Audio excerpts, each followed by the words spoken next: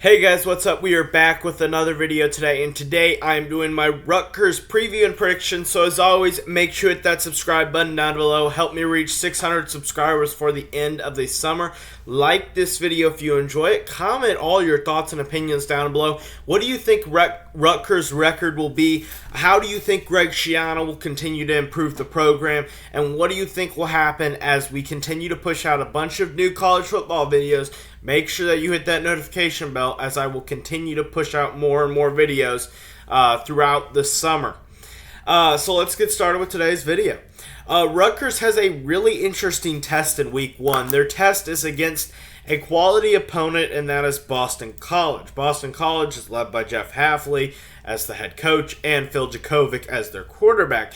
And this is kind of an interesting matchup that, well, you have a lot of different pieces here. You have Jurkovec and Zay Flowers on the side of Boston College, and then you have Noah Vedral, and then the transfers and Tage Harris and Sean Ryan from Syracuse and West Virginia, respectively. So this is going to be a very close and a very interesting matchup. I think that it's going to be one of much anticipation, much debate over it. And to be honest, I'll probably go back and forth who will win this game until the very end when I release my final predictions for the game and for the Rutgers season finally. But with this game being at Boston College, I think it's going to be a tough test. But there is something with Greg Schiano being at Rutgers that gives me a feeling that Rutgers is going to win this game. It's a feeling and it's nothing more. I can't tell you why. I think Verdell is a decent quarterback. He doesn't have very good accuracy. He struggles in the pass game. He can run somewhat, but I don't know if he's the right long-term solution at quarterback. Rutgers is going to need to find another quarterback, but I like him for now. But I think they get a win here. They steal one, and Chester Hill. So then they head back home for their first home game of the season, and that is against Wagner. This is a win here. You should have no problem. If you have any problem, then you might get a little bit concerned, and you probably did not beat Boston College. So then you head into week 3, and this is a game at Temple. This is against the Owls. I have this as a win. I think that this should be a easy-ish win. It's not a super easy team to beat Rutgers, but it's also not incredibly difficult. They had that great season back in 2015, but outside of that, they have not achieved too much.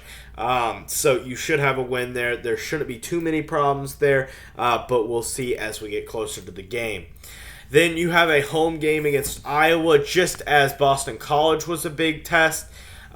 This is another big test, and I think that this is a test that you get another W out of.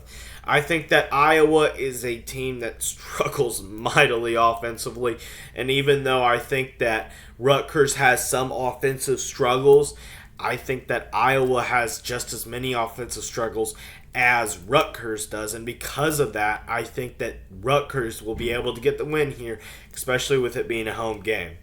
Then you head to Ohio State to play the Buckeyes.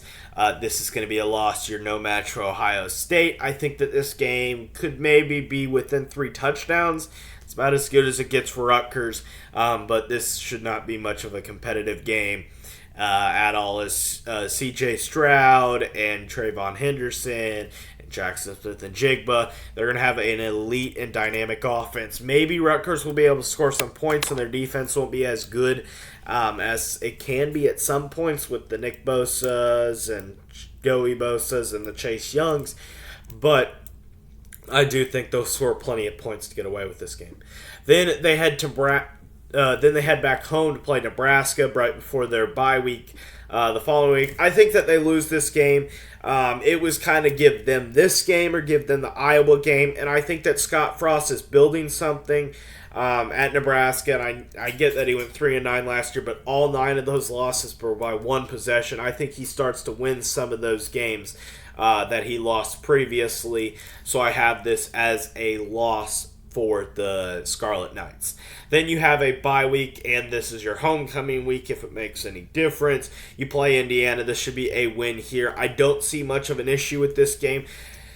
Even though Indiana did have a good 2020 season with Michael Penix and Tom Allen getting like Coach of the Year recommendations and all sorts of that stuff, I think that the big problem that you have here is that Indiana's not a great football school. Michael Penix fell off a cliff last year and didn't play well at all.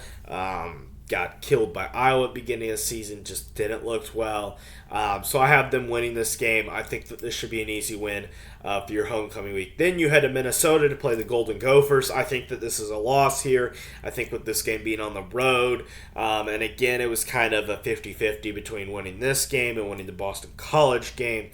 And I gave them Boston College game, gave them a loss here. So it's kind of me picking a record rather than just the games, because all these games I think can go 50-50. So it's picking which games you win here or there. But I think the record I'm pretty confident in. But this game is a game that I think a lot of Rutgers fans are going to be happy about what I picked. But a lot of Michigan fans are not. You have a home game against Michigan. And last year you brought the playoff Michigan Wolverines down to the wire, basically, and almost beat them at the Big House, with this game being in New Jersey, with it being at Rutgers, with it being a Greg Schiano-led Rutgers, with it being all sorts of this stuff. I think that it is important that you win this game if you're Greg Schiano, and I think you get the win, and I think you get the upset. I think Rutgers is on the right path program-wise, building to that maybe 9 wins where Greg Schiano had it before, 8, 9 wins, 10 wins, stuff like that. So I think this is a big win here, as if you win this game, you can really start to prove it out on the recruiting trail, say to recruits, hey, we beat Michigan, we're competing in the Big Ten East, even though you still have Ohio State and Michigan State and Penn State, obviously Michigan and Maryland still. None of those are particularly easy, including even Maryland. Then you head to Michigan State. As I said, you're still in the Big Ten East. And I think you lose this game. I think with you coming off the high of beating Michigan, I think you will lose this game to Michigan State. But I could also see these games flip-flopping. You lose to Michigan, you beat Michigan State. But with the Michigan game being at home, I think you're more likely to win that one. And you played them close last year with the much more talented team with Aiden Hutchinson. And all of the pieces that you had, Daxton Hill, just all the pieces that you had generally compared to what you have now. I think that you lose this game. I think Mel Tucker is building something too. I think he is a good coach, but I think he'll regress a little bit more to the 8-9 wins rather than the 10 or 11 or stuff like that, competing for that top spot that he was at.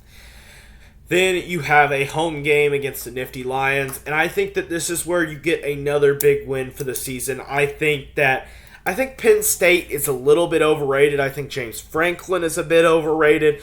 So I'm going to give Rutgers the benefit of the doubt here. I'm going to give them a win because I think that Penn State, like I said, I think James Franklin is overrated. He did a great job at Vanderbilt. But at Penn State, I don't know if he's actually done as good of a job as you possibly can do at Penn State. I have them winning this game here. Then you have your final matchup against your, I guess, quote-unquote rival. I don't know. If you want to inform me, Rutgers, who is your rival outside of an Ivy League school? Who's your rival in the Big Ten? Because I kind of looked this up, but I'm not really sure. Who is your rival? Put that in the comment section. Who is Rutgers' rival in the Big Ten, not outside of the Big Ten, like a Cornell or Yale or whoever that is, Dartmouth, whatever. Then you have the road game against Maryland. Like I said, maybe a rivalry-ish game. You're 7-4 going into this game, and this can get you an 8-4 season, but I think you lose this game. I think with the same reason that I had before with the Iowa and Nebraska games, the Boston College and Minnesota games, I think you win one or the other. I think you win either Penn State or at Maryland. And I think Maryland, with it being a road game and with Tua's little brother being the quarterback and with what Loxley's done there, I think he's done a really good job, and I think he's going to start to prove it in these next couple of years. So I have this as a loss for the Scarlet Knights. But I'm sure a lot of Rutgers fans are happy with the 7-5 record overall. I'm a big. I've been on the bandwagon of Greg Schiano. If you want to look at my predictions last year, they're on my website. It'll probably be down in the description if you want to look at it, or just type in Chicago sports or find it. It's on my YouTube page. Either way, that's all for me today. Hit the 2 videos down below. What one will be a playlist. Hit the subscribe button up here, and as always, have a great day. Bye.